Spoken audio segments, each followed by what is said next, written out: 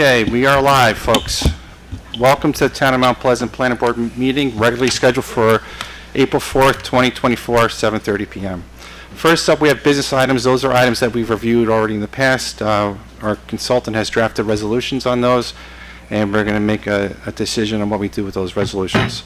So first up, request for an amendment to secret negative declaration resolution of approval for subdivision application number SD21-03, one lot with existing single-family residence to be subdivided into two lots for the purpose of constructing another single-family dwelling, 25 Meadowbrook Road, Pleasantville, New York, 106.12-2-32, James Earl. Any questions or comments from board members? Mr. Chairman, this was just a correction in the negative declaration. The original document indicated that the building was being connected to the municipal public water supply. It's being served by the well. Okay. Okay, with that amendment that Pat provided more context on. Questions or comments? We'll take a motion on this. Make a motion that we approve the amendment. Motion from Joan. Second. Second from G.D. Walter. Aye. Jean. Aye. Joan. Aye. G.D. Aye. And an aye for me. Next up, request for 180-day extension of resolution of approval for subdivision application SD21-03, one lot with existing single-family residence to be subdivided into two lots for the purposes of constructing. Oh, this is the same one. Oh, no, it's not. Okay, looks similar. Different action. Yes, different action. Yes, request for 180-day extension of resolution of approval for subdivision application SD21-03, one lot with existing single-family residence to be subdivided into two lots for the purpose of constructing another single-family dwelling, 25 Meadowbrook Road, Pleasantville, New York. James Earl. Okay. What is the purpose of the extension? Their first request, they haven't satisfied their conditions yet.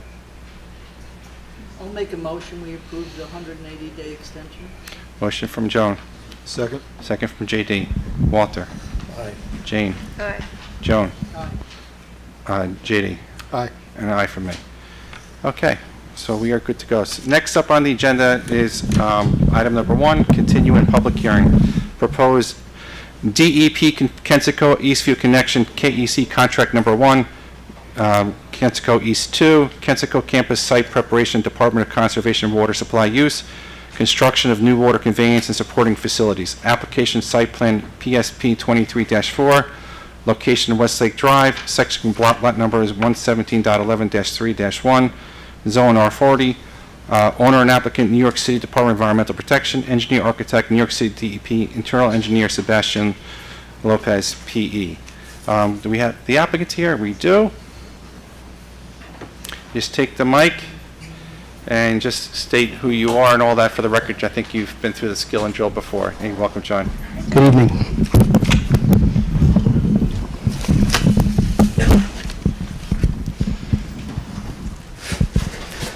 Thanks for having us back. You're back. Yep. We've done some work in the last week and a half. I'm here tonight I'm Dan Mashad. I'm a program manager, chief of the Upstate Water Capital Design Program. So I'm responsible for capital infrastructure projects throughout the watershed, including the Kensico to Eastview Connection Tunnel. I'm here with my colleague Kevin Ellenwood, who's working to set this up. He's our lead on the construction and design side down here. Also with me tonight are a host of colleagues from DEP. Phil Simmons on the from the Secret EIS side, Sebastian Lopez, who is our design lead, Casey McCormick from our counsel's office, Joe Sanson, a project manager on this project, and John Milgram, director of stakeholder outreach. And just do me a quick favor. Just bring that mic up to your chin because I've been Having hearing trouble some hearing me? feedback. They're not hearing. I'm hearing, but the people in TV land say they don't hear so good. They can't hear me. Okay, great. Yep. Tonight we want to go through some of the comments that we received on the 18th. Yep. We can give our presentation on the project, and submitted last Friday roughly 40 pages of responses. I think we answered every comment that we got. Happy to have gotten that back in, and I hope you all have a copy of that tonight. Yep. We are very much interested in moving this application along. This is the first application. We have 2 open applications in front of your board. The second application concerns the tunnel and buildings, which is a later part of this program as we described last month. This first contract is really focused on preparing for that later contract. So the first contract is to handle the relocation of Westlake Drive from its current location to the north end of our site, and to prepare the site, take trees down, put in stormwater controls for the Stormwater Pollution Prevention Plan, the SWIP preparations, and to prepare for when that contractor arrives and wants to start work next year. So it's important for us to move this along. This first contract gets started. We have a contractor here ready to go. The second contract, we will be having additional appearances mid-year or continuing to come in front of the board for contracts 2 and 3. Tonight, we've prepared a much shorter version of our presentation from last time. If it's okay with you, Chairman, we could give that presentation. Basically, just a reminder of contract 1, and then to get into some of the top questions that we received from the public last time and some of those answers. Okay, let's run through it. Okay, we'll try to go through it. Okay, so I'm going to start with just a quick overview of, let's see, and we handed you all the presentations, the same one we're going to give on the screen here. Thank you. So the Kensico to Eastview Tunnel Connection Project, just to remind everybody, is a deep rock pressure tunnel that connects the Kensico Reservoir on the Kensico campus on the right side of the screen to our Eastview site where the ultraviolet light facility was constructed and became operational in 2014. The tunnel is going to span and go down at underground roughly 300 feet at the Kensico campus and be roughly horizontal underground around 300 feet in depth, and then come back up on the Eastview side in the vertical shaft. The water will flow through the UV facility and then down to the south to Hillview Reservoir eventually. So the conveyance is the subject of the program. Tonight's contract is really the work with the pink outline on the right side, preparing that site for the future tunnel contract. And Dan, can I just stop you Sure. for 1 second? If anybody wants to get a closer view, I see some people squinting, just come up, there's room, Yeah, sure. there's room up front. So the final condition here of this first contract and the tunnel itself, you can see where the existing Westlake Drive is in the center of the site. It says Westlake Drive, and there's a proposed police booth that will be constructed at a later part of the contract.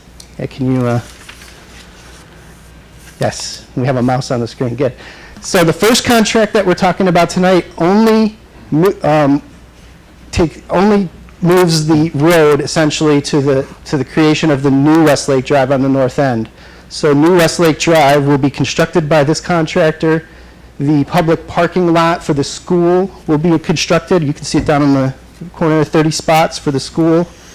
And then the rest of the site, the ponds, the stormwater ponds on the frontage, which will be used to control and ensure the water quality coming from the construction areas are compliant with the stormwater guidances.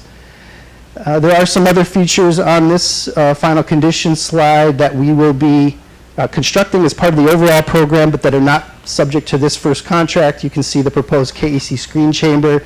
That's where the shaft will go vertically downward 300 feet, and then it'll be underground at that 300-foot depth and end up coming up over at the Eastview property. So, go ahead, Kevin. Okay, so I'm going to hand it to Kevin here. We're going to talk a little bit about this contract, and then we'll get into some of your questions from last time. So my name is Kevin Ellenwood. I'm a Deputy Portfolio Manager with the DEP. Okay, so as Dan explained, tonight's subject is the first phase of the work, the Kensico site preparation work. What we're doing is in the name there. We really are just preparing this site for the future contracts. So, you know, the work is limited to excavation for that road, grading in the site itself, and we're working towards what's considered a balanced site. So whatever we excavate, you know, we're going to place on site. So the goal there is to minimize or eliminate the need to truck anything off site, right? So we really are trying to keep truck traffic to a minimum. So here's the, we'll get into more of the details, but here's the schedule for the overall program. So I just bring your attention to the highlighted area. That's the contract that we have before the planning board for approval tonight.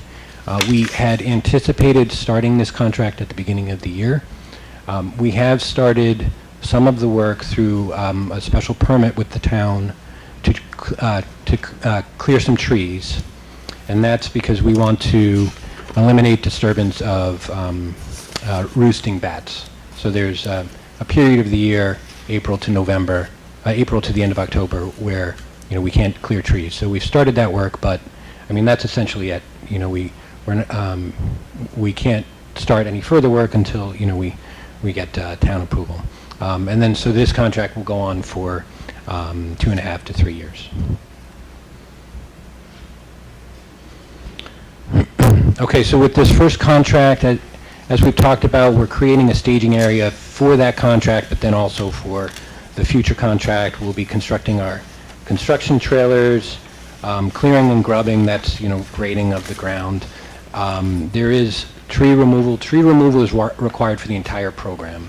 We're going to delay that as much as possible, but a good portion of that tree clearing does occur during this first phase. And our goal is to reestablish those trees as soon as we can. So basically, as soon as we're done disturbing the area for the program, we can plant the trees. But in the interim, we stabilize the soil and we plant a mix of grass and meadow mixes. As I said, we're managing the excavated material. The goal is to place everything back on site. Relocation of Westlake Drive, so we construct the Westlake Drive on the northern edge of the property. That's one of the first activities we do. During that time, Westlake Drive itself, it stays open to the public, both for driving, but then also parking. So the students will still be able to park on Westlake Drive as we're constructing the new roadway. We'll also be constructing the parking lot for the school's use. And once our contractor completes that work, we accept it, and the town accepts it, and we open up that roadway to the public, then we close the existing Westlake Drive. And it's not until that point that the contractor can use that as their construction entrance. So for the long term, once we have that closure and that separation, that becomes our construction entrance. Okay, so that is different from the next bullet, the operations entrance that we'll also be constructing during this first phase. We're creating a temporary operations entrance that comes out by Lakeview Avenue. So again, that's not for construction use, that is for DEP employees. You'll see it on the next slide, but that's for DEP employees using the southern half of our site and then for delivery. So there's not going to be our construction vehicles coming through there. We're also constructing the new electrical building, and that's serving as power for the whole site. And then, as Dan explained and we showed, the stormwater management features for the entire program. So this is just a depiction of it, highlighted all the work that occurs during the first phase. So we start with construction of the new roadway in the parking lot, the detention basins, the electrical building, and then grading and placing the soil on site, and then the operations entrance. Okay, now we'll move on to the first set of comments.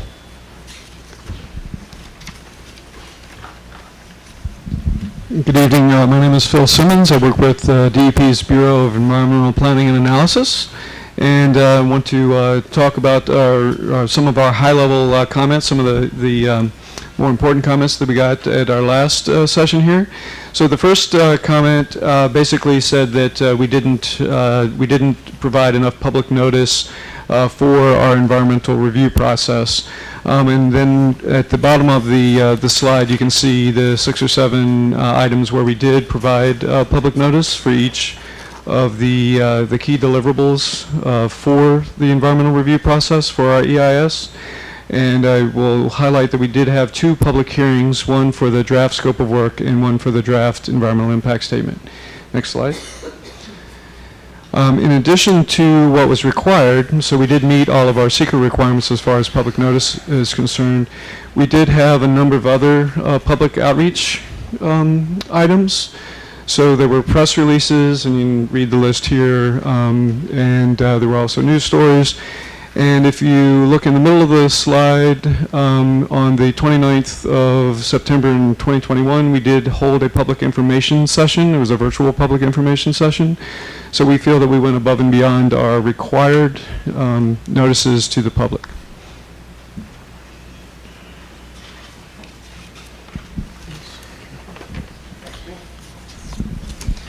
Okay, we're going to hand the microphone back and forth a little bit here.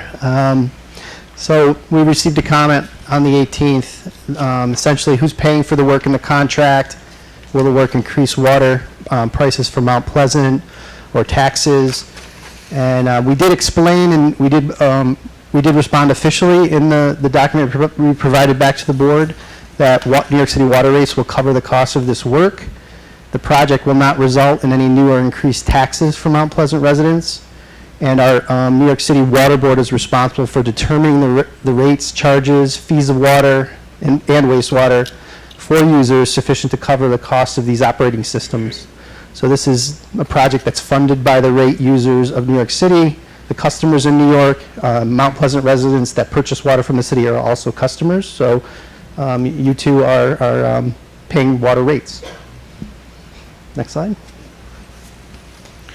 Oh, and just before you go there, we did provide, Chairman, you asked to provide some history on the rates for the last 10 years, and we provided that in the comment. We provided a little bit more detail, but this is a table from our comment that shows year-by-year wholesale water rate changes and in-city water rate changes from 2015 to this current year. Thank you. Sure.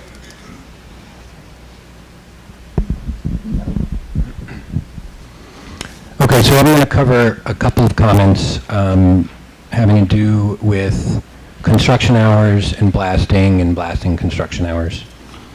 So for context, the town code, it says that for construction activities, you're permitted basically 8 a.m. to 6 p.m. Monday to Friday, and then 8 a.m. to 5 p.m. on Saturdays. And then for blasting, it's 8 a.m. to 7 p.m. Monday to Saturday. So just to step back, in the EIS, it says, it has statements it says about expected work hours. It has statements it says about the number of blastings. So in the EIS, it says up to 3 a day. But when we prepare the environmental review, we need to take a conservative approach, right? So we need to, at best, overestimate. We don't want to make an assessment of our disturbances and then the actual disturbances are more than that.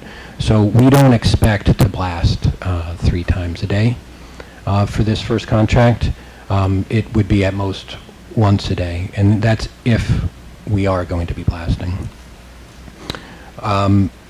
That work, I'm going to get into more of the details on that, but if we do blast during this first contract, it's overseen by the town, so that the town reviews our blast plan, and they're overseeing our work.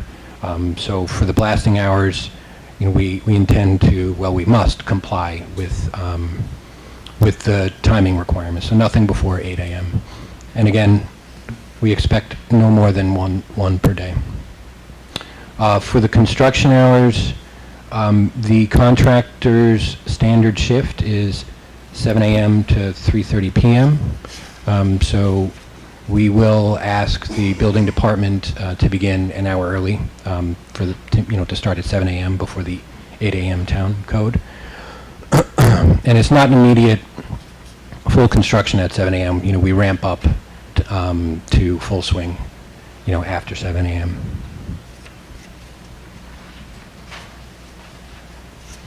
And then, of course, during those hours, we still have to comply with the town noise requirements. So rock blasting. So I say it may occur. This is something that the contractor is still evaluating, whether or not they need to blast. So the blasting, this is not for the shaft. We have to do some surface excavation, and there's one portion of our site that has rock that's at a pretty shallow elevation, and it's in the area of the screen chamber. Let me just back it up. It's worth showing. So we're talking about in this area here.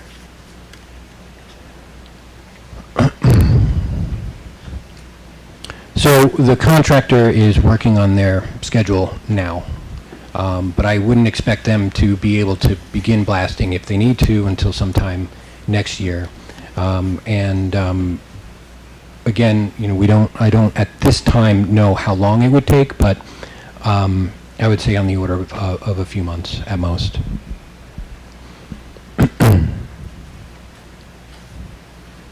Okay, and then so, as I said, we have to meet the town code requirements. We take blasting very seriously. The town certainly takes it very seriously, and they have strict requirements on how we proceed with this, and we intend to comply fully with that. We perform a pre-blast survey, so we'll survey the areas. The building department is a part of that, defining how far that goes, and we'll be monitoring for noise, we'll be monitoring for vibration. And then we notify all the adjacent owners. So this is planned in advance with town staff, with the police department. We'll have notifications on when each blast will occur. And then the residents in the area, we also send out notices to them, to expect the blast. And then in the moments leading up to the blast, we have a signal notification. So you get one horn means we're 3 minutes away. Another horn means we're about to blast, and then there'll be the blast, and then another horn, all clear. And the blast itself takes 5 seconds. The whole process may be a few minutes. And the town and the town building will be there on site with us, as will the police department. And honestly, there was the question about the noise. Honestly, the horn to notify you is louder than the blast itself. It's more just the blast noise is unusual, but that's why we do the notification, so the town is aware of what this odd noise is. And then, yes, and then finally, we have requirements to cover the blast area. That's for protection so that nothing comes out. But then it also acts to reduce the noise. Kevin, you have on here that you may need a second shift on the electrical building? Oh, thank you very much. Yes. Yeah, so as I said, the contractor intends on working one shift a day, so 7 to 3:30. For the electrical building, again, we expect one shift, but there may be cases where at the end of the shift we need to continue work. So, we would need to get approval from the building department to work a second shift, but that's not the intention. The intention is to do one a day. So if we have to, for instance, start a concrete pour and we need to be there beyond 3:30 to finish that, it would be something like that. Thank you.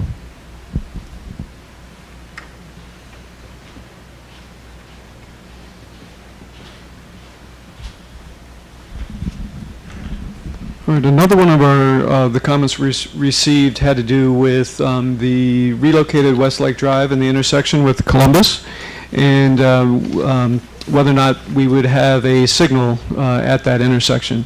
And based on our analysis, a signal is not required. It's not warranted at that particular intersection. However, we do understand it's a concern, so we're willing to look at that again and reanalyze that intersection and whether or not it needs a signal. And we'll be able to do that once the intersection is constructed, and we'll work with the town and the county to make certain we do that analysis. And if If at that time a signal is necessary, as the analysis shows that, we will put up a signal.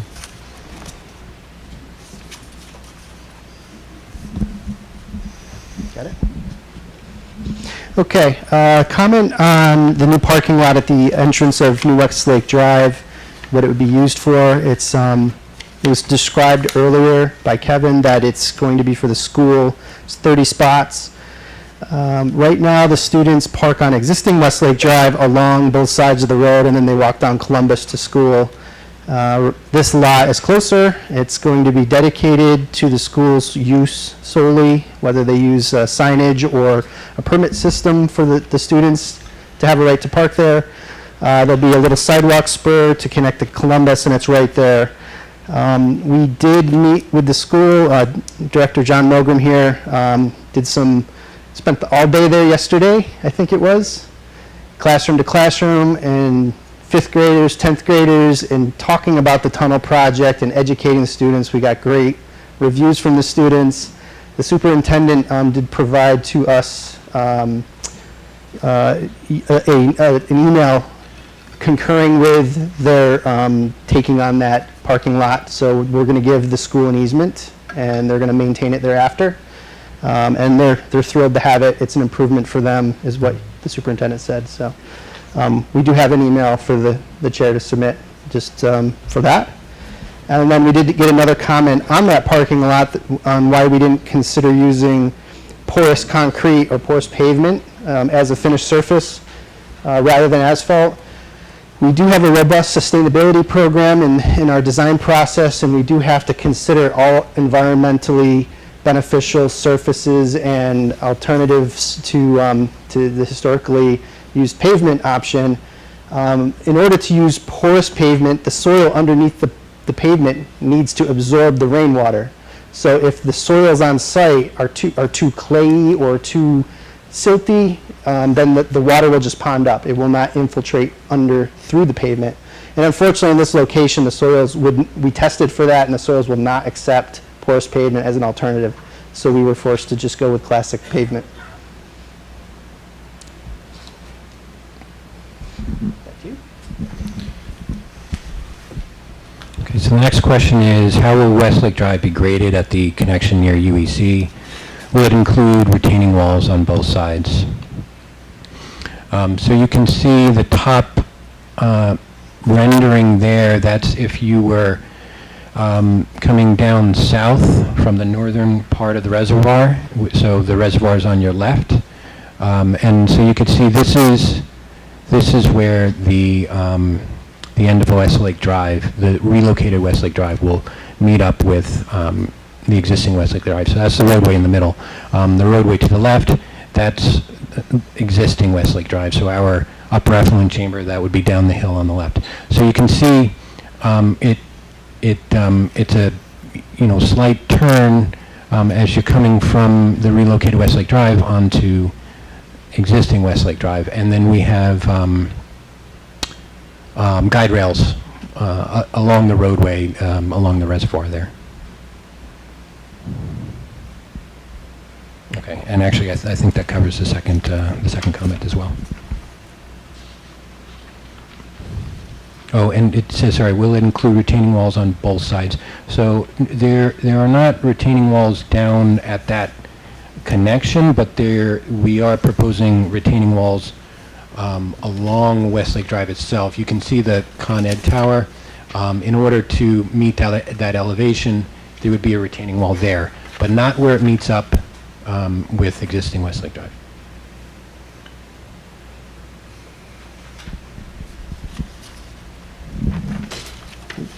We also received a couple comments about the traffic in specific response to our construction of a temporary operations entrance that will intersect with Columbus Avenue. So if you look at the lower yellow highlighted road, that's going to be our temporary operations entrance, and you'll see where it intersects with the blue, which is Columbus, across from Lakeview Avenue. And so one of the questions was whether or not we should evaluate that intersection as a public road. because there'll be lots of construction traffic on that road. That will be a temporary operations entrance, so we're going to use that as for our operations, similar to what goes on now. So with operations workers and existing deliveries, and that will help separate our construction from our operations, because we still have to operate the water supply system. Part of it, another comment was basically said that Lakeview Avenue already suffers from traffic issues, and would this intersection exacerbate those issues? And based on our analysis, the traffic was analyzed during the EIS process, and it was determined that no impacts would be caused by the KEC project at the two Lakeview Avenue intersections analyzed, including Columbus Avenue and Lakeview Avenue, and Bradhurst Avenue and Lakeview Avenue.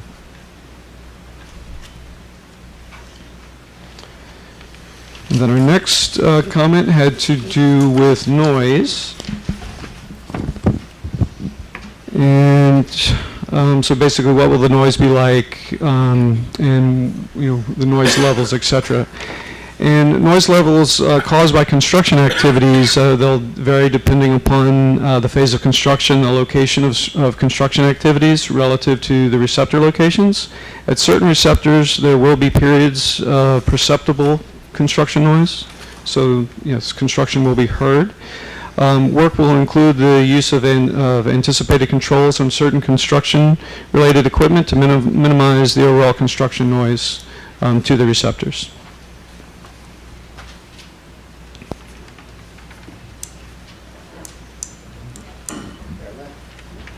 Our last slide here before we turn it back over. So we just wanted to point out a few of the benefits from the KC program over the next few years. So you'll see some photos there of existing Westlake Drive, which bisects our campus currently. That's a town road. It's clearly near or at the end of its useful life and requires a full-scale replacement from the intersection with Columbus down around the bend. By us building new Westlake Drive, we're taking that on for the town, and we'll deal with that as part of our project. So it relieves the town of this maintenance obligation. Also, we've talked about the parking lot that's built by DEP, dedicated to school for student faculty use, and increased safety for the community from not having to park there and to go around, walk around to school. So those are just a few. There's others. The campus itself is getting a facelift. Essentially, the whole thing will be rehabbed. We'll put new fences up. The plantings at the end will just look much nicer. It's going to get a full-scale renovation, so to speak, as part of this project. Or as we exit the construction, there'll be a site. There'll be a site closure contract, essentially, where we'll do the plantings. We'll mandate that the contractor make sure that those plantings survive and that they're there for the future for operations staff to maintain. And overall, just the area will get put into a better condition for the next generation. So I'd like to thank the board for giving us this time to speak on these matters. Thank you. We're here to receive any questions you have, or if Yep. you have additional ones from the public. And We have questions from the public and a few probably from the board, so let's kind of go through that.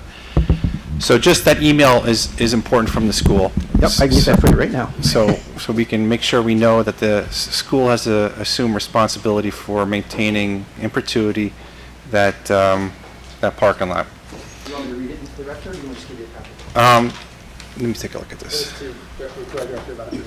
John Logan is here if you ask any questions about it.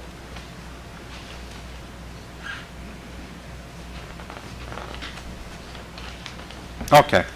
So it basically says that they're going to assume responsibility for maintaining that parking lot, which is just a dot the I and cross the T. Quick question. I do have one quick question, which is just, this is contract number 1, and I know the answer to this question, but I want to ask the question so the public can hear it. This is the public hearing for contract number 1. How many future contracts do we have? And I know the answer, but let's get this out on the record. We have another application from the board that includes 2 contracts. We have contract 2, which is the tunnel itself. Right. We'll be blasting the shafts. We'll be using a tunnel boring machine to build the tunnel itself.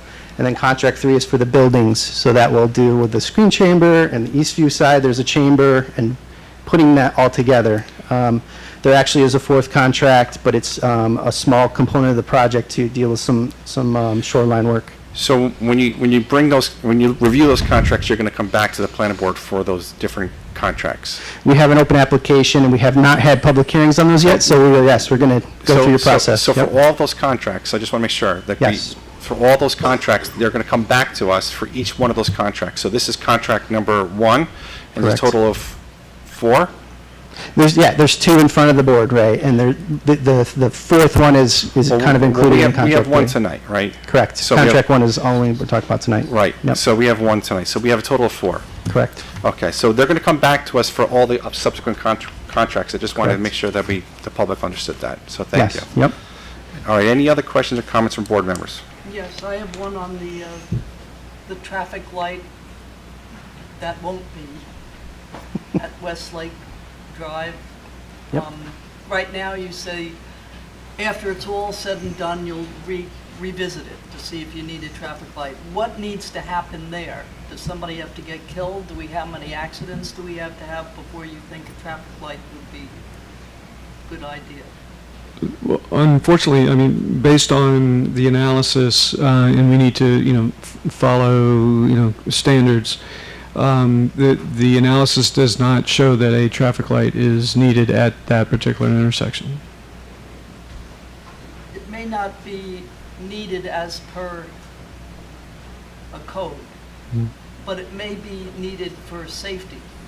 There are children crossing there, pedestrians are crossing there, and there's traffic going in and out. At least for the safety of the pedestrians, I would think a traffic light would be warranted. Right, and, we are willing to return and evaluate that site again for, for a traffic light. I mean, so, we can revisit that if you'd like. And, we can provide more detail about our particular analysis. Well, I'd be interested in that, but I'm concerned for the people crossing there, their safety. I don't want to have an incident, and then we go, gee, if there had been a traffic light there, because your analysis didn't show we should really need a traffic light, but maybe we do. Okay, we'll take that question under advisement, and we'll provide additional response information. I have a question. Has it been considered to reopen the dam, crossing the dam for construction vehicles? 'Cause I find it a little hard to believe that there's going to be no impact whatsoever on traffic flow with construction vehicles, staff, everybody who's going to be, working on this project. Being that construction vehicles are going to need a special permit to come into the project anyway, wouldn't it make sense to allow them, they're going to have credentials, only construction vehicles, to be able to cross the dam to eliminate any other traffic issues that they're going to have? Yeah. We looked into that. We knew that you'd ask. The security risk is too high, is the basic answer to open the bridge, or to open the dam. Construction vehicles also have weight restrictions, which they're concerned about, putting that on the dam. And in the flow of traffic, I don't believe it solves where we need to get the trucks. We did take that into serious consideration and actually convened a discussion to see if we could make that work, and just couldn't get to it. So, Even for workers that are going to be on the project? right, yep. The security issue is pretty high right now. Yeah, I would think so. We have a Bureau of Police and Security that that really watches over the water supply. They're the caretakers in that sense, and based on their intelligence, got to kind of trust where they're going with that one. So, All right, and I just wanted to ask you about the tree replanting plan. trees. I see the meadow mix. You're removing a lot of large, full-grown trees. What's the replanting of that size tree? I'm sorry, what is the replanting The of the? plan to replant large trees, not just the meadow mix and the scrub stuff that you have? Right, so we will be able to replace a number of trees on the Kensico campus site to meet the town code for tree replacement. We do recognize that we are removing a large amount of forested area. I believe the net forest loss will be on the order of 9 acres, I believe it's 9.3 acres, and because we recognize that we will be, we will not be able to replace that 9.3 acres, so the net loss, we're going to engage in forest mitigation. So we will engage in forest enhancement, so remove invasive species on 18.6 acres throughout the watershed DEP lands that ring the reservoir. So you're not replanting anything, you're just going to remove invasive species everywhere? For the mitigation, yes. And as far as the meadow mix is concerned, there will be other plantings, so there'll be roughly, I believe, 6.4 acres of area that is replanted, but not in a forested area. So it'll be a mix of meadow, shrub, herbaceous plants, and some trees, but not in a density that would be considered forest.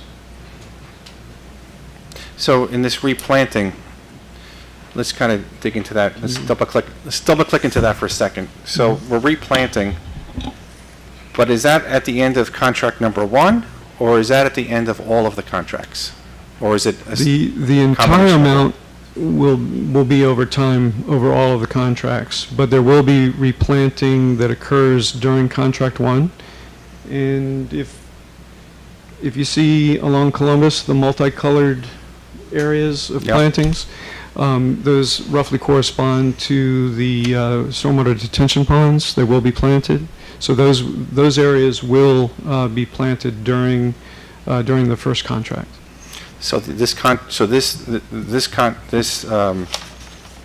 will result in some plantings at the end of contract 1, and then when you come back to us for contract 2, then there's going to be subsequent review of contract 2 and so on, right? Yes. Correct. Yeah, and Okay. over time, we will eventually have the full planting schedule engaged. Okay, so then, Yes, an additional question. So on Columbus Avenue, what are we going to see when we go up and down Columbus Avenue? Can you just detail that on that road? Like, when we go up Columbus Avenue past Methodist Church toward Town Hall, all that former aerator property, what is going to be there? Are we going to have any plantings? Are we going to see a fence? Are we going to see, what are we going to say? Yes, so for the first phase, we're proposing a construction fence. The town code requires a construction fence at a minimum of 8 feet high, and we've designed our fence to meet that code. So that's what we would have along Columbus Ave. And then as we proceed with the grading, once we stabilize an area, then we would put down the seed mixes and the meadow mixes. One of the reasons why we limit the first contract to grass and meadow mix is because the trees, they take a longer, we call it an establishment period. So that's why we're deferring those plantings to the next phase where the contract is longer, and we have a contractor who can maintain all of those plantings for a longer period of time. So maintaining the plantings themselves, dealing with the invasives. With this first phase, it's relatively short, so that's why we're just limiting what we plant in that first contract. Right. Okay, thank you. How long is the construction fence up? So we are required to have a construction fence for the entire duration. So we know that the planning board has in the past brought up the aesthetics of the town code construction fence, and recognizing that 10 years is a long time. So we propose this first phase, let's continue with the town code fence, and then when we come to you for the next phase, the next time we come to you for the next contract, let's find something that's more aesthetically pleasing for Columbus Avenue. So that's our suggestion there. Yeah, because 10 years is a long time. And, Yes. and so I think, and I know we have subsequent phases to look at, but 10 years of looking at an 8-foot construction fence is a long time. So I think we need to put some very serious thought into how we can make sure that that part of the road has some aesthetic appeal. Because it's nobody wants to live in a construction zone and see a construction zone for 10 years. So I'm going to ask you to dig into that a little bit, in the future. Okay. I have a question. The construction debris that you're removing from Kensco in contract 1, what type of vehicles will you be hauling it out with? 12-yard dumps, trailers? Where is it headed and what is its path?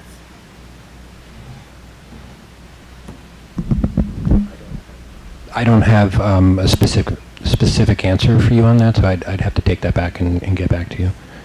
Unless, right, so yes, so to clarify the question, you're talking specifically about debris construction that has to be removed, but yes, as we said earlier, the goal is the excavated material, we keep it on site, so we're minimizing that, but to your point, I'd have to come back to you on that unless... There is some concern as to you trucking it along Columbus Avenue through the town of Valhalla or up Legion Drive over to Eastview, so we'd like to know just what your intent for the debris that you do pull out of there.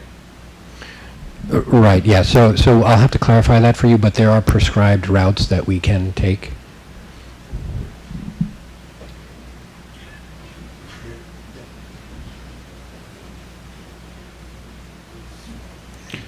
Okay. Anything else? Okay.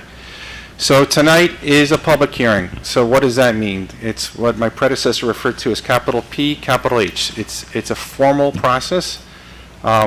Staff is here taking notes. It gets recorded into the minutes.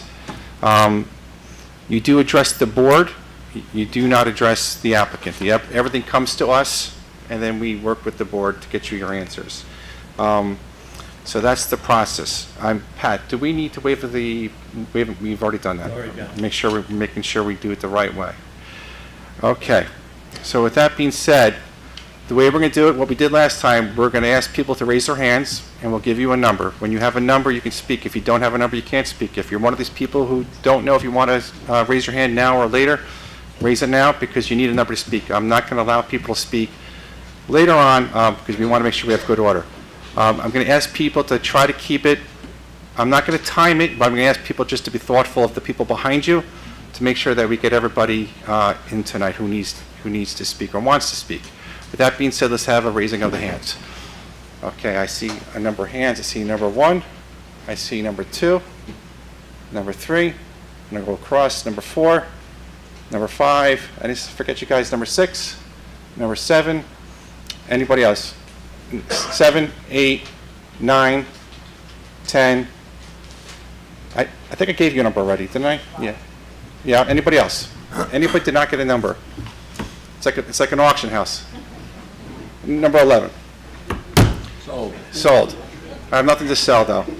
Okay, just come up. Just state your name and where you're from for the record, and ask your question, and we'll go through the process. And just can grab that mic and make sure that you sing a good song and people can hear you. You want to hear me sing? Okay, my name is Betty, and I live on High Clear Lane. Yes. So my question is, again, I'm with the safety issue.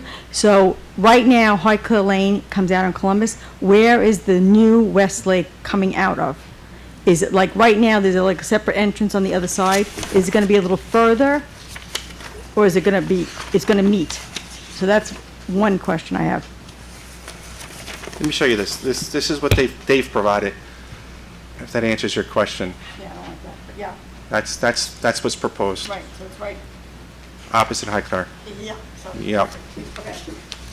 So, again, I'm with the safety issue because, according to the slide, it says that anybody coming out of the new Westlake can go right or left. Yep. That's going to be a problem because you got High Clear Lane right there and you got the students, I'll call them students, and there's going to be an issue. So I don't know if we want to wait for an accident, for one of the kids to die. I mean, that would be a real problem to say, gee, we should have put a light there. Those people were right. I mean, besides the rules and everything else, we should be number one into safety. There's a school right there, there's kids learning to drive who just got their license. Why on God's name would we want to wait for an accident to happen? You know, to me, it's outrageous. You know, priority, safety is priority, especially for kids. And if that was my child going to school there, I want a light there. Like I said, if it's for public or anything else and people know how to drive, these are young kids just learning. They don't know the ropes. And you're going to have Highclere Lane, just a junction to it, and it's going to be like, okay, who's going first, who's going second? There's no light. I mean, at least, unless the traffic is going right, you can't make a left, at least that's fine. But the way it's going now, it's going to be a free-for-all, right, left for the kids. Yep. So that's my concern, is the safety for these kids. And for anybody. You know, Highclere Lane, you know, we live there too. I mean, Yep. this is outrageous that we want to wait and see what's going to happen. Yep. I agree. Okay, I agree too. And, So I'd like to hear an answer for that one. Well, yeah, and I You're think, thinking about it. I Yeah, think, well, but my point is, yes, they're going to think and they're going to analyze and get the data. Yep. So when they get the data to see, gee, we had 10 car accidents, we should have put a light there. yep. So you raised an interesting point, and I think the applicant stated that they would look into it. So when we're looking into it, I'm going to ask the applicant to think about what was just raised. Well, not just the cars, but the fact that there's students who are, they're not many, there's many inexperienced drivers in that little Correct. spot. Correct. So I think that's actually, when we have a traffic study, that should be part of our conversation, to your point. Correct. So thank you. So, but when is this analysis going to come out? After the fact? You know, like, because the gentleman said, you know, we'll just look on to it, we'll discuss it later on. When is the later on? After, it's not tonight that you're gonna get a decision. No, I know that. I On the just want a time project frame. itself, they got a long road to go still. So your comments come to the board, we look at it, they're gonna come back to us, and we're gonna ourselves also along with them, we're gonna give them the input that the public has given us, and, you know, we'll take more serious consideration on it. Okay, all right, And thank don't you. forget, there's many phases of this project, too. So they're coming back to us quite a bit, and we're going to make sure everybody comes back for each one of those phases. Oh, and there was one more issue, Oh. more, this is my last one. It says that there was a public forum in 2021. That was COVID time. Everything was off. I mean, I work in a hospital, we were closed because of COVID. Yep. So there was no forum, or if there was, nobody was going because of COVID. Okay. So that was very unfair to put that up there. Okay. That's all. Thank you. Okay, number 2. He's got a notebook. Good evening, board. My name is Joseph Mentor. I live right over here on Lorenz Drive. Just going to kind of rapid fire, just ask some questions. You don't have to field any of the questions. Just if you can take them for the record and maybe answer them, that would be great. Having been a part of a prevention of tree removal in the Bronx, where I came from a few years ago, I know how important, you know, our trees are to our environment. Ms. Jane, you made a comment about it. 9.3 acres is a tremendous amount of forestry to be removed. I understand the 18.6 acres of forest invasive mitigation plan. I'd like to know about that plan if we could, and 9.3 acres, if we could prevent that, or talk about what species are going to be planted, what size caliber trees are going to be planted. I spent a lot of time in the Bronx trying to prevent these trees from getting removed, and we did. We saved 97% of them because they were important to the environment. Will the Mount Pleasant water rates increase? Perhaps that question was answered. Will there be a liaison to send notices or even go to door to door to townspeople, emailing, phone contact? Sometimes they would stick flyers. I know when we were doing construction down in the city, we had a liaison from the agency to the town, somebody that the townspeople can coordinate with and contact. Who's going to be responsible for the wear and tear by the construction vehicles on Columbus Avenue? So Columbus Avenue is probably going to get beat up quite a bit, and then we're going to be left with broken roads. So I'd like to know about that. And then they just mentioned about the construction vehicles. I think we need to have a detailed egress entrance kind of path for construction vehicles. Okay. Thank you. Thank you. Okay, that brings us up to number 3.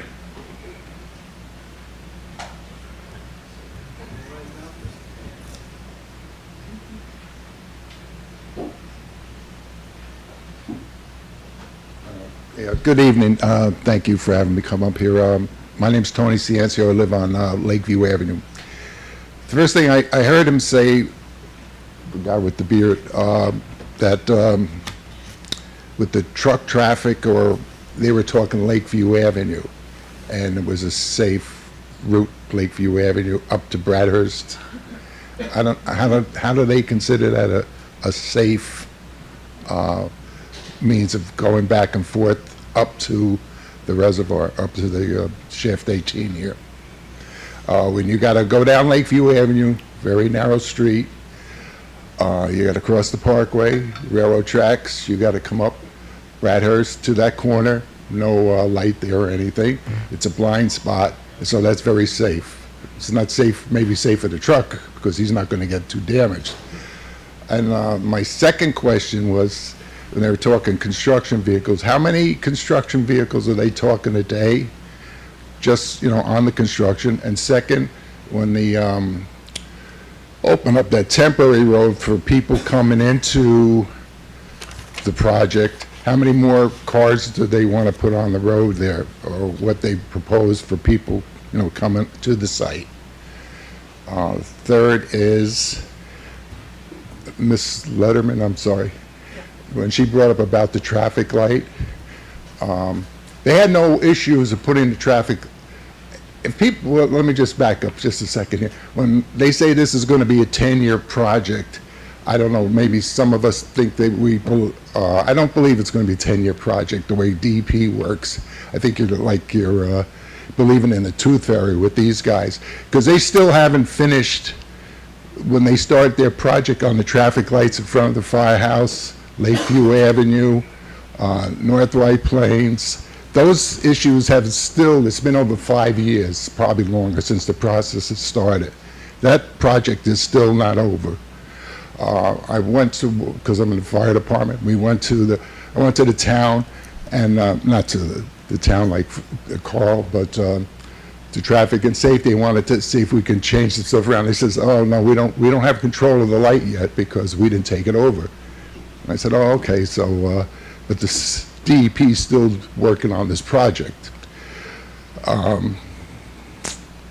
don't know if people realize, like in this town, I've been up here since we moved out of the city in 1957. I was like 12 years old or whatever. And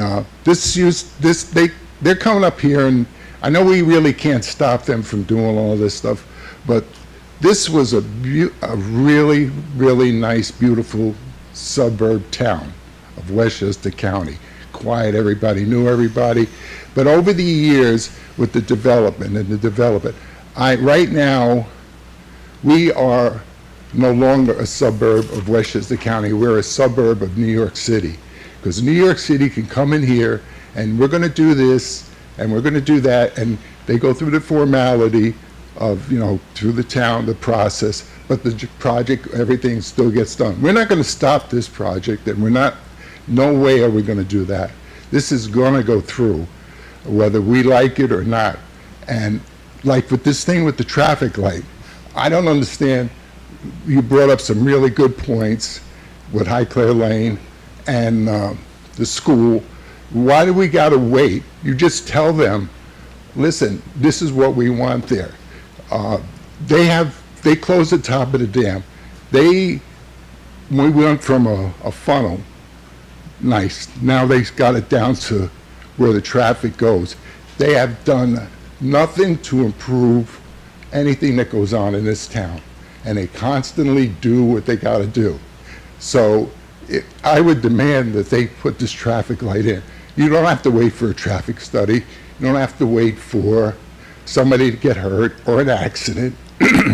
So we get accidents there now with no traffic light, let alone now with coming off of Westlake Drive. You can't see coming down. I mean, I don't know what time they did these traffic studies. Maybe they did them at night, who knows? Or they were more interested in bats than the safety of the people. We should come first and not have them tell us, the traffic study doesn't really say this. So that's what I have to say. And I got my partner here. We're in the we're both fire commissioners, and we've been around a long time, and excuse me, I'm starting to lose my voice, but we've been around a long time, and we know what goes on in this town, and I wouldn't let them, the project's going to go in, but they got to do something for the town. What do they do for us? Nothing. Close this, we can't open. The stuff with the top of the dam, that's so old with this stuff with the safety. This is 2024. It's not 1924. So we know what the problem, we know what the issues were behind them closing the dam. Who gets money, who does this, who does that. So that's a bunch of bull what these guys come up with. And I appreciate it. Thank you. Thank you. So we're up to number 4. Thank you. Pat's my keeper. Number 4. Number 4.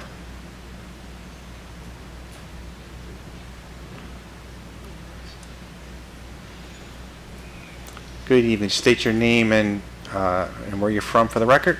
Good evening. My name is Roy Tanico. I live in 24 High Clay Lane in Valhalla. At the last meeting, I couldn't make it there because I was on vacation. My concern is I have a property up in High Clay Lane. They want to do the tunnel under my property, and then they want to get an easement. They send me the paperwork, all the document, but I told them I can't sign any paperwork until the bank satisfy the mortgage. Because anytime I sign the paperwork without the bank knowing, then they say I breached the contract with the bank, and then they want me to force me to sign the paper, which is I can't sign it because I do have a 2 mortgage. I contact the Wells Fargo legal team and the JP Morgan Chase legal team.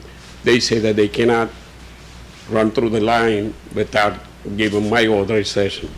I didn't give them no authorization yet, and then I guess they forwarding their project. So I want to know.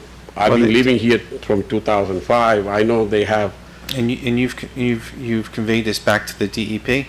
I talked to Dave. I think that Dave is the guy who was doing all the paperwork, and he retired last year. Okay. So then I think some lady take over. So I don't know. She contacted me one time, and then I told her about my process, and then they didn't get back to me. And they said, I guess they don't care, Well, they're not. They have to work that out. Yeah, because they taking almost 2 acres of my property. I guess Sal knows my property, so. Yep, they're going to have to work that out because they're not going to get too far without that. Yeah. So. All right. All right. Thank you very much. Thank you very much. Okay, so that brings us up to number 6. 5. I don't know what is up with me tonight and every night. 5. Hi. I'm Jamie Wilson. I live at 39 West High Street. If you don't know where that is, as you come through the woods and through Westlake Drive, you see a house through the woods, that's me. Yep. So, like the people on High Clay Lane, we're like right next to this construction. So when he says, well, we're going to have a day shift, and then if we need a night shift, we'll have a night shift. Wait a minute, because as it stands now, when there's a football game at Valhalla High School, it's like they're in my backyard, which is fine. That's a noise thing. But when I looked at the original paperwork, it talked about 50 decibels up to 75 decibels. 50 decibels is like this conversation. 75, significantly higher than that. And they're talking, and in the paperwork, they said it wouldn't go above 50 during the day, but the 3:30 to 11:30 shift, which is stated in the paperwork, is when it's going to go up to 75. So we need to take a look at that, because that's not okay. Yep. It's not just us there, but there's a bunch of other houses that are right along Westlake Drive there. And if these guys are like slamming away till 11:30 at night, you got families there that got to get up in the morning, right? That's the first thing. Second thing is, if they're not going to open the dam for security concerns, like it's 2024, it's 23 years later, I'd like to know what those security concerns are. Should we be worried? Because it doesn't seem like just letting if you just open it to the construction vehicles, You don't have to open it to general public, but open it to construction vehicles. Because Lakeview Avenue sounds like a terrible idea for these trucks that are, how many cubic tons of stuff are they carrying back and forth? Increasing the traffic there is a terrible idea. And the last thing I wanted to do was emphasize Betty's point about, yeah, you can look at the traffic on Westlake Drive, and you can look at how it, how it tees with that, where that parking lot's going to be. But you got to take into consideration who's parking there. And as she said, these are kids. They don't. We all know 16-year-old car drivers are great, and they're responsible, and they never get into accidents. They know exactly what they're doing. They know how to respond. Wrong. So I think we got to look at that a little more closely. Thank you. Thanks. Number 6. I'm getting better. I'm doing better over here. Hi.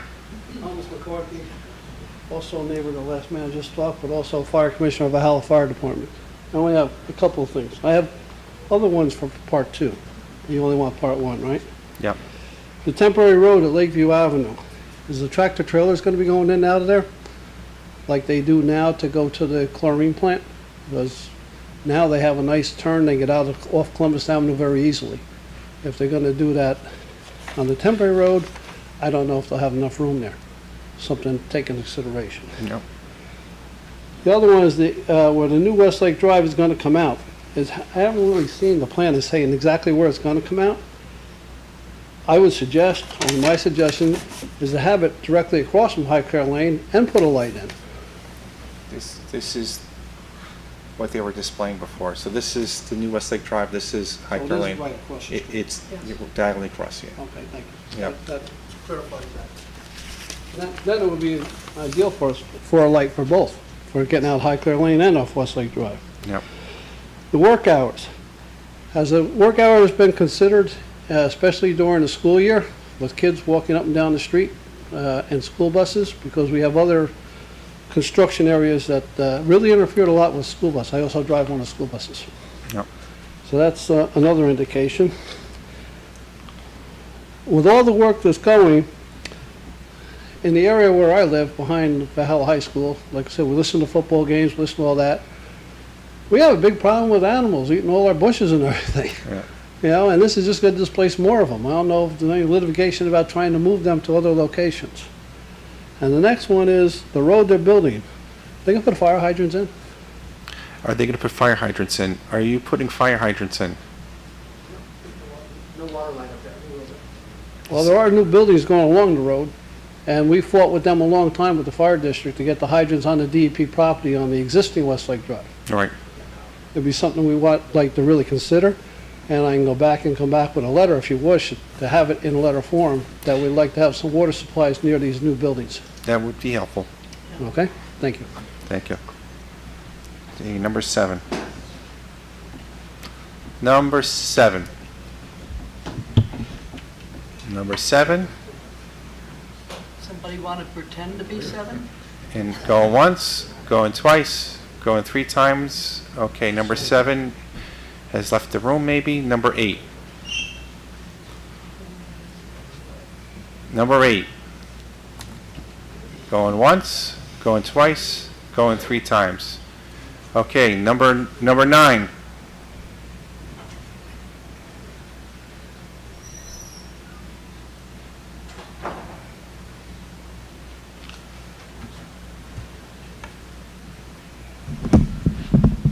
My name is Dennis, and I live on Columbus Avenue, just up the street from the school. I spoke to you last time you were here. The first thing I'm going to say, and it was brought up a little bit,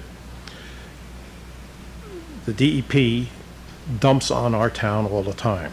They put up that whole fence system overnight without any permits or anything. We had a big stink about that.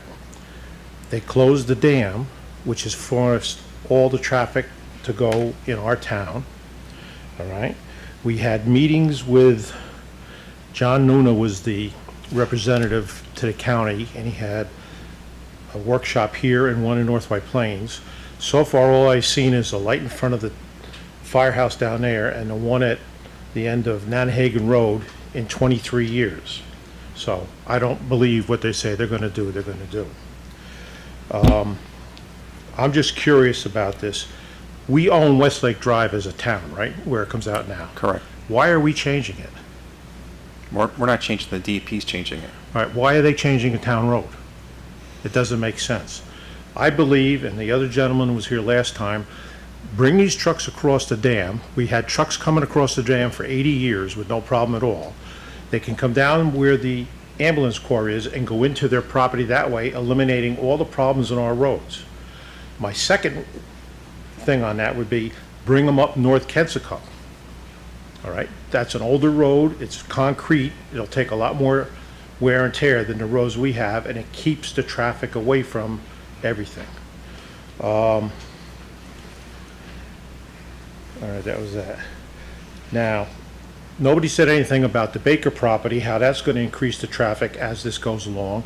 And what about the thing over there at the hospital, the north, it's called the North 80 now?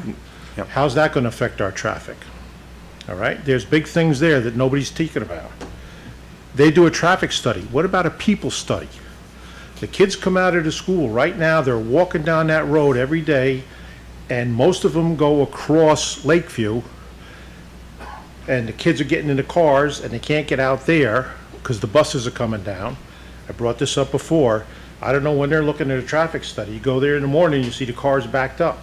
The kids are walking there. Now they're going to be going, the kids are going to be in the cars, and a lot of them are going to cross at Highclere because they live back that way. Some of them walk down the wrong side of the street all the time and stuff like that. But these kids are out there and these guys are going to be gunning those cars. All right, you cannot see coming around, if you come out of Highclere Lane, you have a bad vision looking north. There's a bad corner there, all right? Plantings. These guys plant stuff, they put everything together in a group instead of spreading it out. Something dies and you're looking at a half-dead tree because they sided themselves off. They never maintain anything, all right? Why does the school have to maintain the parking lot? They're putting it in. You guys got a hammer, use it. Make them maintain the parking lot. Make them maintain the road. On the road, I don't know how much they're going to cut it down, but if you stand on Columbus Avenue, you look up, you probably got 60 or 70 feet going up to a peak and then going down to the other side. And you're going to have walls built in there and everything? I don't think so. Blasting.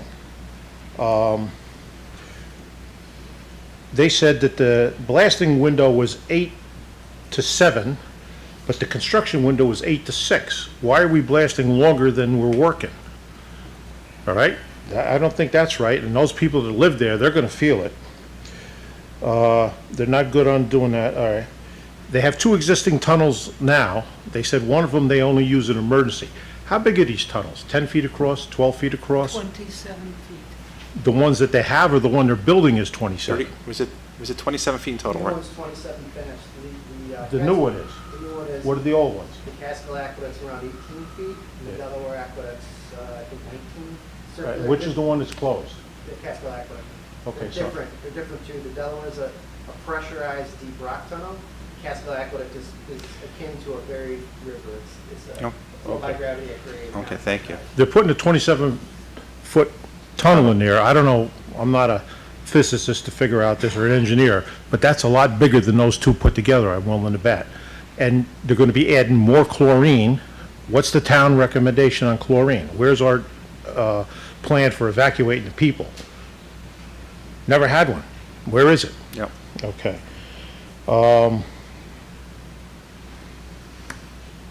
All right, how far are you going to come out with the road exactly across from Highclere Lane? How far it's going to come out? No, it's going to be a real intersection. It's essentially creating an intersection at Highclere Lane, correct, yep. All right, plantings, always doing that. Just go through.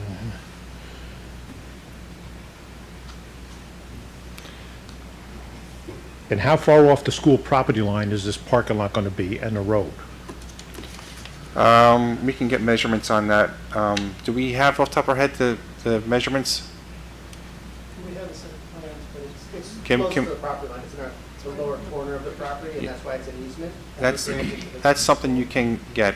Yeah, you we'll know. put it in a response to comment. Yep. Addendum. Like I say, why do we have to pick up the cost of the school now? Right, we got high enough school tax as it is, now you're gonna add this. It doesn't sound like much, but each little thing they do. They're building it, right now the town maintains the road and the plowing is done. Now the school's gonna do plowing, the town's still gonna maintain the road, but yet the school's gonna be paying to have the parking lot taken care of. Yep. All right?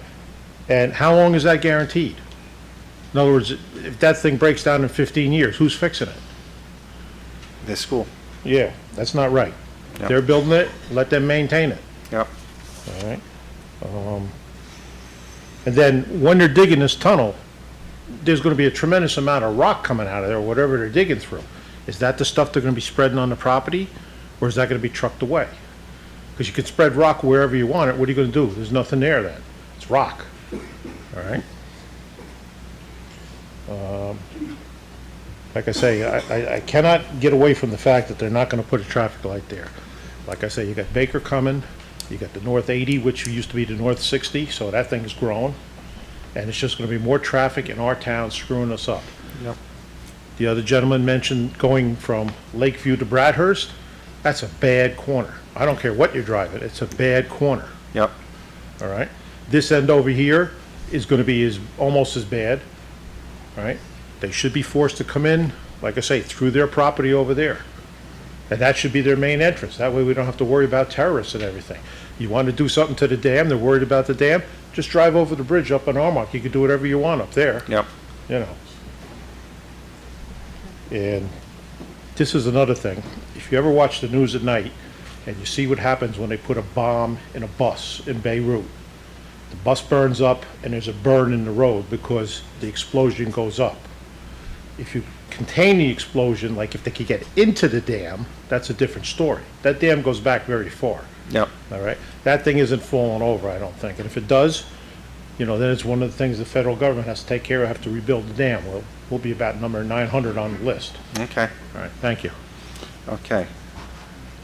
We are up to number 10. Number 10.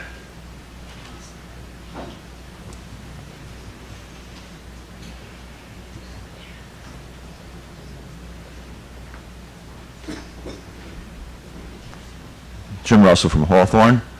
Since there are multiple contracts, I think it would be good to have an overview and a good understanding of the subsequent contracts before a vote is taken on the first contract, because you don't want to come into a situation where you find out there's a major obstacle in a subsequent contract that you really wouldn't want to proceed with that. And in that line of thinking, I think a public information session, maybe at the rec center, a little less formal, back and forth, sort of what we're doing here, because I don't know if this is really, usually a public hearing would come about after a person has a really good knowledge of the topic and can make an informed opinion as to say, please deny this, or please approve it. The public information session would be really helpful at this time, and with perhaps a tentative schedule of how we would progress with evaluating the other contracts. Thank you. We are up to number 11.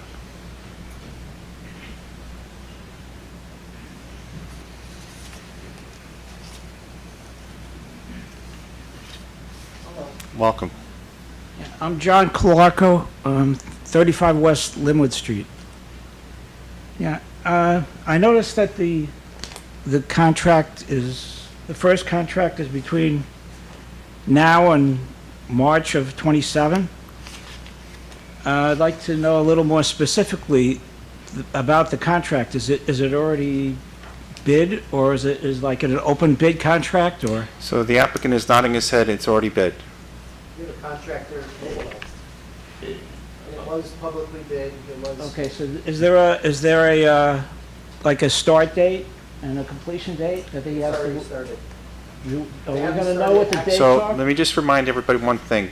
Just Yeah. make sure everything comes through us. Oh, and okay. We're gonna Yeah. stop the back and forth a little bit. Okay, I'm sorry. Yep. Yeah, the question is there a specific start date, a specific completion date? And does the contractor have like some provision to finish early, or? So the question. Or incentive? The question that I'm gonna ask the applicant on your behalf is there a start date? Yes. so I can put it in the microphone so everyone can Yep. hear me. The start date already occurred. Our contractor's on the ground. Of course, they're not doing any construction activity until they get a permit after your approval. Just to speak on the timeliness of this contract, we have liquidated damages in the contract, so if the contractor misses delays on this one, it's a unique contract, they will be penalized financially. We are under a court order and are already facing, because this contractor has not actively started work, the need to potentially notify the Department of Justice of, milestone misses. So this first contract is pretty critical to start, and they're ready to go as soon as we can get them a building permit. Okay, thank you. I think the gentleman wants a little bit more specificity. What is the actual award date? What is the completion date? And do you have an acceleration clause in your contract? I'm not sure about acceleration clause. I know we have liquidated damages. No acceleration clause? No acceleration clause. I'm sorry, when you say liquidated damages, Yep. the contract started already, started cutting down trees, correct? Right? Correct, Cutting down yep. trees. Minor work, and mostly Minor work. paperwork right now until Absolutely. we get the building permit, yep. So, he's cutting down the trees, and there is no building permit for him to start his excavation. Right. What happens if the building permit takes, first, there's a bunch of things that take into consideration for the building permit. There's fees to the town, there's all kinds of issues, If that building permit doesn't come in 6-7 months, or could come next week, I don't know, Right. God willing. We've been meeting with the town on that separately, yeah. Like, what happens to the contractor? Like, what does he do? They can't start work until we have a permit, so they are in a standby mode, and they may, have legal Ramifications. delay issues, yeah. I'm sure It's a they're big already issue. writing letters of delay, correct? I'm not aware of that. I don't know if you have an answer for letters of delay at this point. Because your LDs are significant, and you hold the contractor to the fire on those LDs, so. Yeah, this is a unique contract for the city. Because of the Department of Justice court decree, there was a comment about, well, this is a 10-year project, it's going to take much longer. This can't. There is severe penalty for us missing milestones and not delivering the startup on a date certain in that federal court-issued decree. So it's not optional from us without renegotiating with the federal folks, which we've been meeting our deadlines for years now, and we intend to meet every deadline on this one. Renegotiating a milestone is not something that we are looking to do. Yep. I'm going to ask Casey McCormick to also address the schedule and timeline issue. And Casey, welcome, and your role in this? Yes, I'm senior counsel for environmental compliance, so Thank I you. oversee the consent decree timelines and all the work that has to go on. So another element of the consent decree is an acceleration clause. So we are regularly required to check in with the regulators on a periodic basis. I think it's about once a year or so, and at any other given time that we determine, if we are able to accelerate this project, we are legally obligated under the decree to accelerate. This is a complete as fast as possible, but the milestones in the decree, which are very strict timelines, we have to meet by that deadline, but they also want us to try and do it quicker. So we are very committed and working extremely hard to maintain the milestone schedule, and we are obligated to also try and build it faster if possible. And if we don't hit the milestones on time, we are, going to have to answer to the court. So as counsel, because I just want to highlight the difference between this application that the DEP has and other applications that have come before the board, and there have been times before in the past we've missed deadlines. Yeah. So how is this different than, why is it that this is a different application and you cannot miss deadlines? It dates back, it all goes back to the Hillview consent decree. So we have, the Eastern District, Federal District Court for the Eastern District of New York issued this court order, and we are obligated to meet these timelines, and if we don't, we will be penalized severely. For every milestone in the decree, there is a stipulated penalty amount broken down by number of days in penalties. So, if we miss the final construction completion date, the costs to us could be up to $55,000 per day, every day over like 90 days that we're late. So we are really interested in getting this done as quickly as possible. So you're incentivized? Yes. Okay.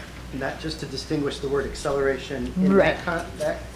the court decree versus what Ms. Hickey was asking about in the construction contract, they're different. We don't have acceleration clauses in the construction contract, but in the court decree there are.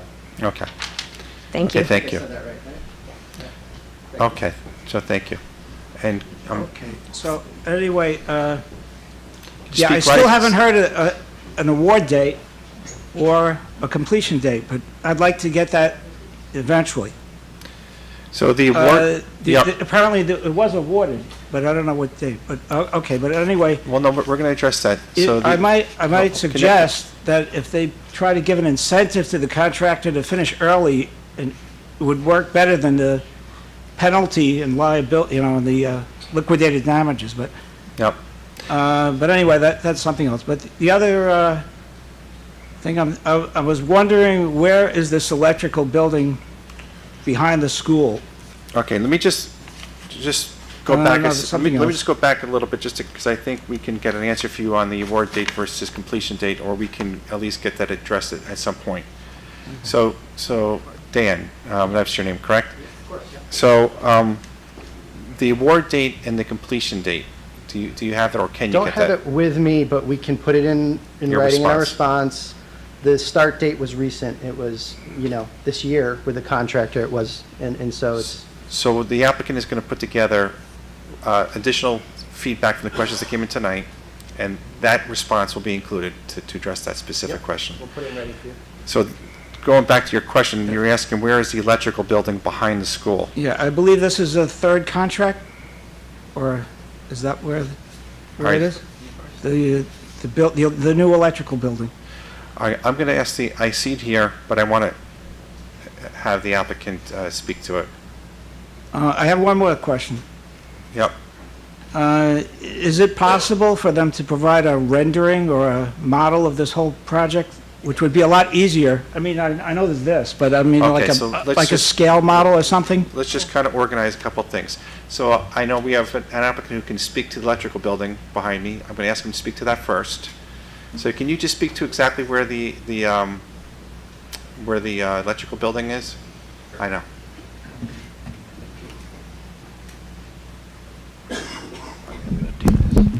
And here, you can take this. Okay, so if you look at this rendering here, the existing buildings that you can see today, we have the lower effluent chamber, that's the larger of the buildings. And then you see this says Kensico Regional Headquarters. This is also existing. So you can see that from Columbus and from Westlake Drive. So the electrical building would be immediately adjacent to that. Right now, this is a parking lot. So that's right along the edge of Westlake Drive, right in this area here by the red highlight. Parking lot for that, the building that's there. There's a small parking lot right along the road there. Yeah, that's where the electrical building is. Okay. Will be. Okay, thank you. Yep. Yep. Okay, does that answer your question on the electrical building? Right, that's Okay. answered. But the other Okay. thing is a rendering would be very helpful to the whole community. I think if we could see where everything is, So I think that- like a model or something like that. Like an actual model, okay. There is stuff online on our website that does detail all of the things online, specifically. Oh, okay, So, any other questions? that's all. Okay. Okay, so do we have a number 12? Okay. Okay. So we have a number of questions. Any final comments or questions from the applicant?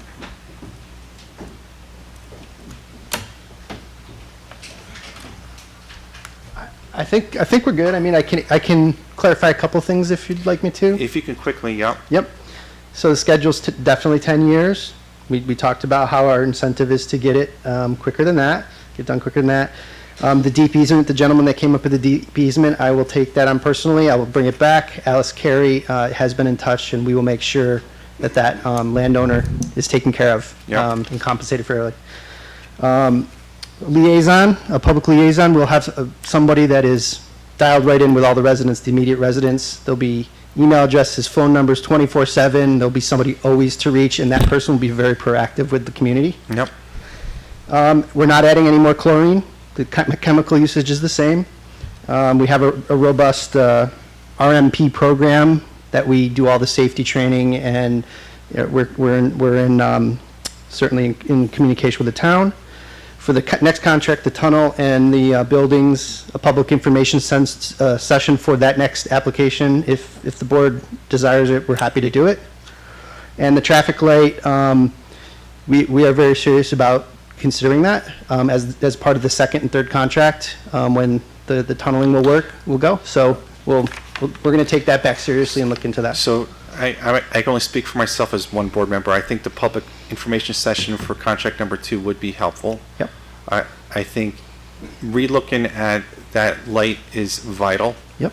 To your subsequent contract conversations, because it's obviously a big sticking point for the community, and I Yeah. think I would implore you to, again, I'll say it again, think about the fact that there's a school next door and experienced drivers driving around. Yep. And in that traffic study, that should be something to be thought through. And as well as the fact that there's other sites being developed in town, the Baker property and North 80, just have a little bit of a different thought into that. Sure. Okay. Other than that, anything else? I just want to say again, we appreciate this. I think a lot of the comments have been helpful for us. We will prepare an addendum. We would love it if you would consider closing the hearing and acting on this so we could move to resolution. And if it's conditioned on conditions of the board, we would be willing to move forward in that way so we can get a permit and get constructing on that first contract only. Okay. So, appreciate your time. And that's what we're here for, and that's why we're glad the public, because I do like the fact that the public is very, very active in this application, and I wish they were in all our applications, because we learn a lot from the community, and that input does, Yeah, we're very appreciative of does that, too. drive that Yep. conversation. It helps, yep. Okay. Thank you. Any other questions or comments from board members? Okay. If I can ask one more quick question? Sure, Commissioner. It's, will the existing... Can you just follow the rules? I want to make it clear. Is the existing Westlake Drive and a new Westlake Drive, is it going to be shut down at any given time? Because we do utilize those roads for responses into Yep. that area with the fire trucks. Yeah, and that question did come up last time, and the applicant is signaling to me that no. Will not be shut down. We won't- It'll be we'll- open, the new one will be open while the new one's being constructed, and then we'll switch, there'll always be Thank you. traffic flow. Thank you. Thank you. Except for potentially an hour here, hour there, which we would coordinate with the town. Okay. Okay, so again, any other questions or comments from board members on this application? Okay, so we do have a public hearing open on this. Mr. Chairman, just for the record, I do have to recuse myself for any vote for. Oh, okay, thank you. We do have a public hearing open. Do we want to take action on the public hearing? I'll make a motion, we close the public hearing. Motion from Joan. Do we have a second? Second. Second from Jane. Walter? Aye. Jane? Aye. Joan? Judy? Aye. And an aye for me. Okay. We also have the application sitting here, and do we need to direct the consultant to draft a resolution or not?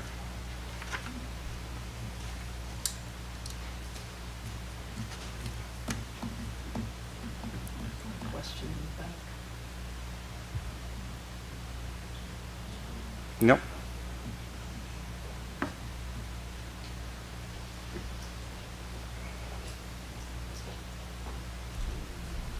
I think this is Jim Russell from Hawthorne. I think we normally allow people to send an email or comments for a period of time, like 5 or 10 days. Yeah, we would do that, Jim. So I just, before yeah. you actually vote here, I just No, thought that was coming. no, Thank you. we're going to do that, thank you. Okay. Yeah, and typically we do, especially for these large applications like this, we do allow for 30 days of public comment. So, and we have received tremendous, and thank you to the community for sending it in. all of it is read, everything is reviewed, and the applicant also has seen it as well. So public comment is good verbally, but it's also good in written form. So thank you for your participation. Okay, so what do we do with this application, board members? Does it make sense to draft a resolution until we've heard from any and all comments? So what we could do is begin drafting the resolution, because it will carry with it lots and lots of conditions. So we can do that just so you have it to start looking at it. But then you wouldn't act on it until you hear responses to all the comments. Up to you. Okay. So what do you want to do with this application, folks? I'll make a motion, we draft a resolution of approval pending the, For your consideration, you for our review it and consideration. not act on it until We're you're not ready. going to act on it until we see it and all the comments. So we have a motion from Joan, Second. second from Walter. Walter, Aye. Jane, Aye. Joan, Aye. JD. Aye. And aye for me. Okay. Thank you very much, and we're going to move to the next application, who's been patiently waiting for that. That's a continuing application, number 2. Proposed 200 Lake Road. And folks, if you're leaving, just try to leave and not make so much noise if you don't mind, because we have another application before us. You may like this one too. Yes, you may like this one as well.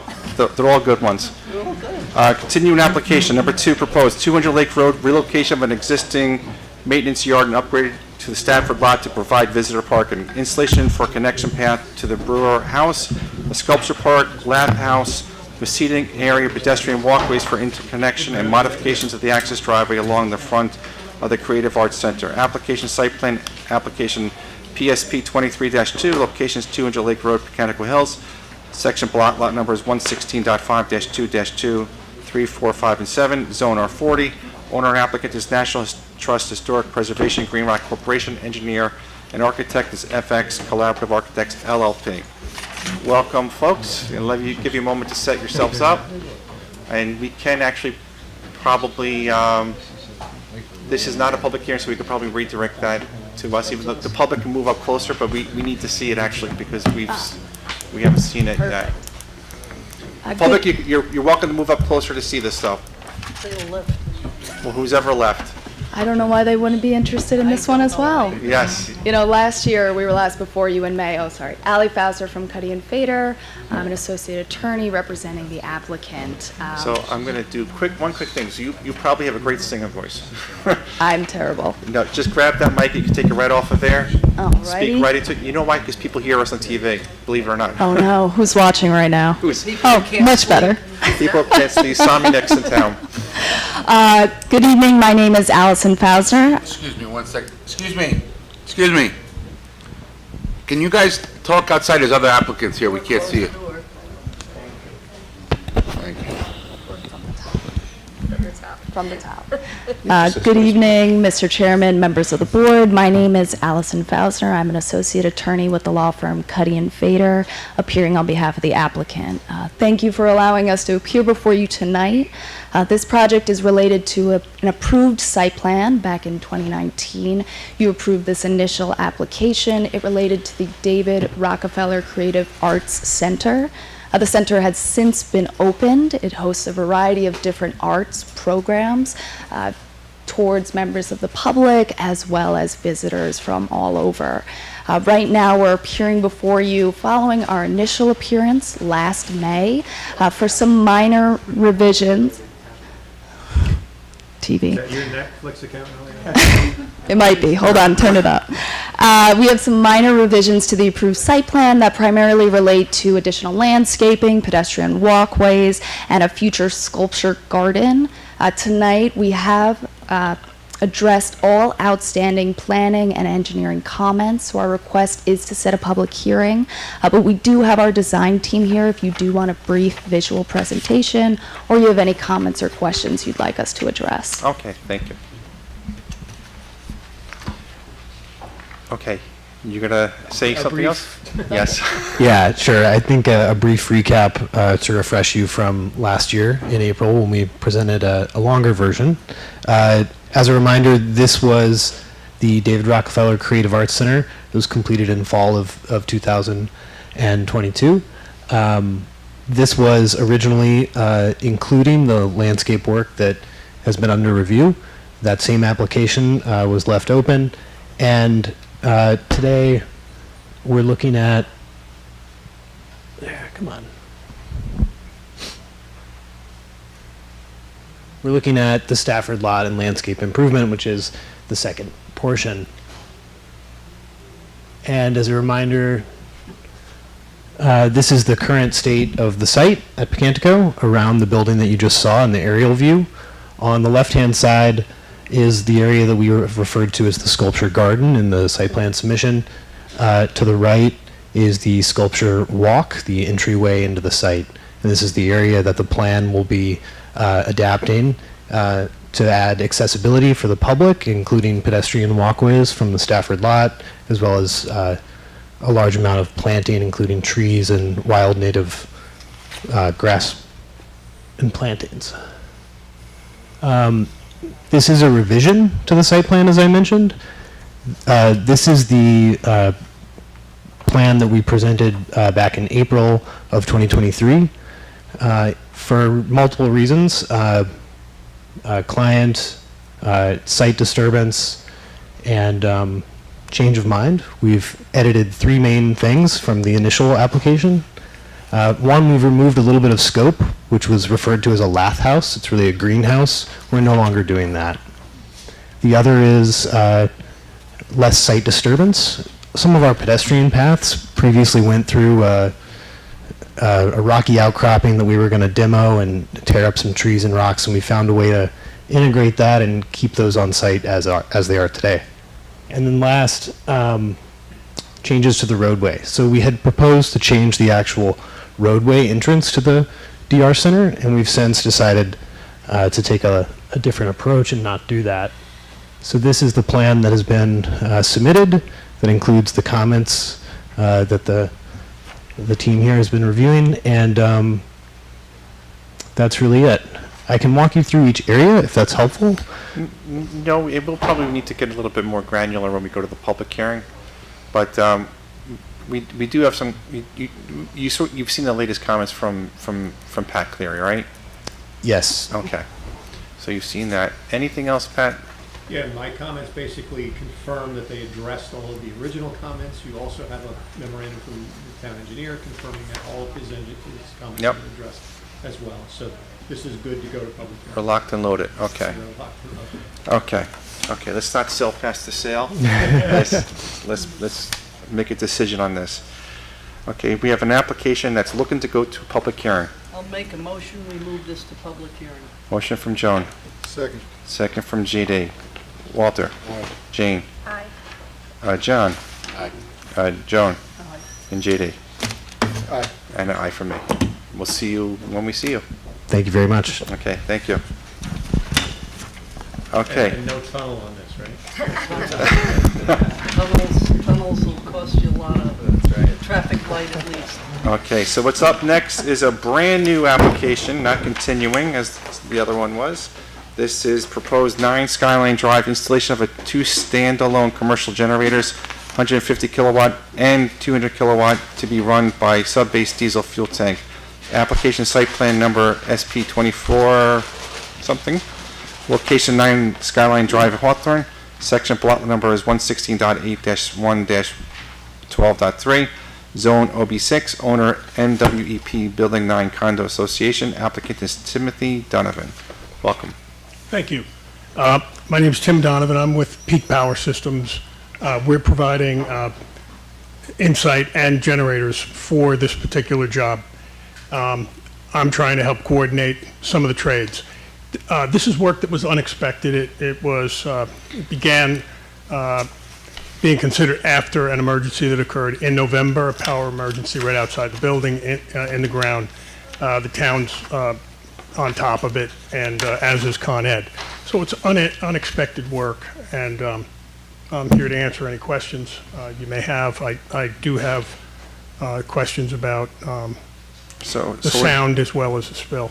Well, and we'll get into that, Protection. and we don't need to go too far into that tonight, because you're going to go through that with staff as well as when we get into the public hearing as well. But, so you're here basically because and what you're trying to do is just a site plan addition, which is the standalone commercial generator. And that's it. There's no steep slopes, there's nothing else like that. That's right. Okay. So with that being said, any other questions or comments for board members? And you're going to have to get into the whole conversation of sound and this and that, but you know, it's probably a little too early for that tonight at this point. I think he addressed it in here. Pat responded to it. Yep. So the story behind our generators, as we know, is we recommended to the town board the adoption of new rules a few years ago, so that we have generator master plans now, so we have an understanding of how these campuses are dealing with individual generators. So there's a series of rules and regulations that govern these today. The applicant missed a few of those. We have a submission today that touches those bases, but we really haven't looked at it in great detail. So I think he's in a position that probably gets into a public hearing, assuming these things are properly responded to in this memorandum. Looks like they are, but I'm just looking at it now, So what we could do, and it's up to the board, we could talk about scheduling a public hearing, and you have to satisfy all the comments from Pat. If not, you're not coming back to us. That's just the way it is. But, and then we could talk to you, do the public hearing notice and do all that. And if any of the neighbors have any issues or concerns, they can come out and talk to us with you. So let me talk to the board for a moment. Board, what are you thinking on this? Why are we using two generators?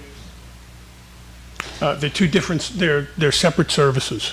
That building has, I believe it's 5 different services, and these two services, they actually tie in, and that the load requirements for each one of those services requires a separate generator. So then, in addition to that, there's 3 other services in this building? I believe there were 3 other services. So they There may actually be just 2. potentially want generators too. And we're looking at 5 generators sitting on the ground? Or We don't anticipate that. we don't anticipate it, but it could happen. which is why we asked for the master plan. Master plan, that's what we've drawn up and So provided they've that. shown that 2 are if they came back with 3, it would be in violation of their master plan, and you would have a problem with that. And if they That's the point came, of the master and if they wanted to put more, they would be coming back to us anyway. They would, but again, the point of the master plan is that you're supposed to So look we're at your not master having plan. all these generators all Right. over the place. There's a granular issue here with respect to power. In the building, which I didn't know this, but they might have the largest laboratory of high-end digital engraving equipment, definitely in the Northeast or just about anywhere. What that means is that equipment is really sensitive to clean power. And if we could have used roll-up generators to augment any kind of emergency so that there'd just be a temporary condition and just be rolled in and rolled out, they would do that. But the power that comes out of roll-up generators, and it would be a lot less expensive, a lot less cumbersome. But the power that comes out of these roll-up generators is dirty. It actually, it vibrates. And that causes grave damage to the equipment. That's one of the reasons why. And all the engraving equipment is being powered up through these 2 generators, primarily the first one. But I just want to share that with you. I think it's It doesn't matter to the application, but I got to ask, what is digital engraving? Crown Trophy. What's that? This is for Crown Trophy. Oh, Crown Trophy, It's okay. in I'm Skyline thinking Drive. digital, like It's computers. Crown Trophy specific. Well, That's the Gotcha. problem we have. Engraving. And it is digital. Gotcha, Computers. understood. It's Yeah, very I- high-end I stuff. just, what does he mean by that? So thank you. Board member of the year in Grove. Yes, yes. You know, I've been waiting for this. In 2nd grade, they spelt my name wrong. We'll get that trophy. Okay, so now we know what that means, and we know what you're doing, but and you need to dot a couple i's, a couple t's. However, we could make a decision to schedule a public hearing, assuming those i's are dotted and those t's are crossed. And if they're not, then you're not coming back.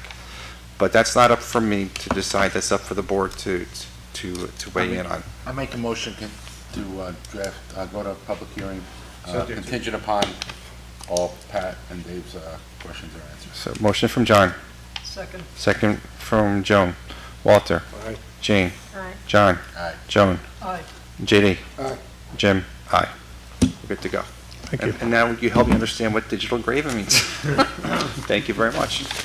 Never too old to learn. No, no, you're not. Thank you. We're good? I think we're good. Motion to adjourn. Okay, we got.